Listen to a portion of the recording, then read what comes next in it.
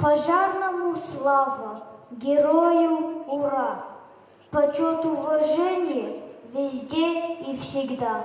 Огнеборцы Северной Осетии отметили 365-летие образования пожарной охраны России. Именно в этот день, в 1649 году, наказ о градском благочинии положил начало государственным мерам по защите населения от огня. Таким образом, в 17 веке на Руси сложилась система противопожарной службы. Сегодня это МЧС России со всем современным оборудованием и мощным оснащением. Это тысячи человек, которые постоянно находятся в состоянии готовности. В наше время актуальность этой профессии только возрастает. Пожары есть на территории всей Российской Федерации, и задача пожарных, в первую очередь, конечно, предупредить эти пожары, но если же уже такое произошло, это вовремя прийти на помощь, вовремя ликвидировать пожары, не дать им распространиться, спасти человеческие жизни. И, конечно же, от людей, которые занимаются этим делом, требуется в первую очередь высокое профессиональное мастерство, высокая сила духа, чтобы не побояться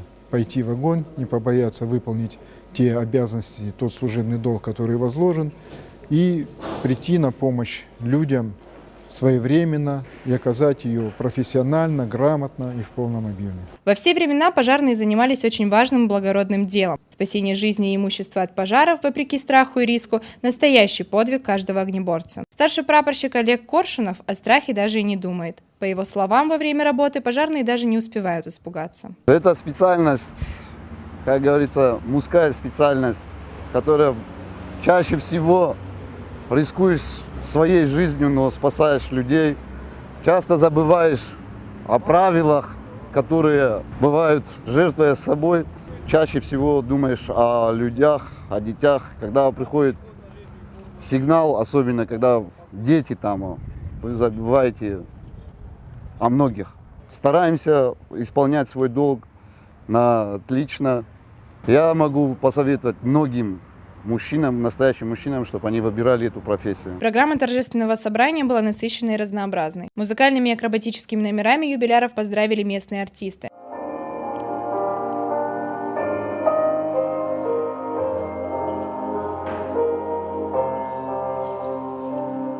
Самой приятной частью стало награждение. Ветераны были удостоены медали «Маршал Чуйков» за многолетнюю добросовестную службу. Кроме того, за усердие и инициативу во время исполнения служебного долга 43 сотрудника чрезвычайного ведомства были награждены грамотами Главного управления. Минутой молчания спасатели почтили память погибших коллег, которые ценой собственной жизни спасли людей. Беззаветное служение долгу, постоянная готовность к подвигу и никакой мысли о страхе. Каждый пожарный нашей республики – это как минимум чья-то спасенная жизнь. Сегодня все слова благодарности звучат в их адрес. Дзара Сагагулова, Валерий Гадзиев, Осетия ТВ.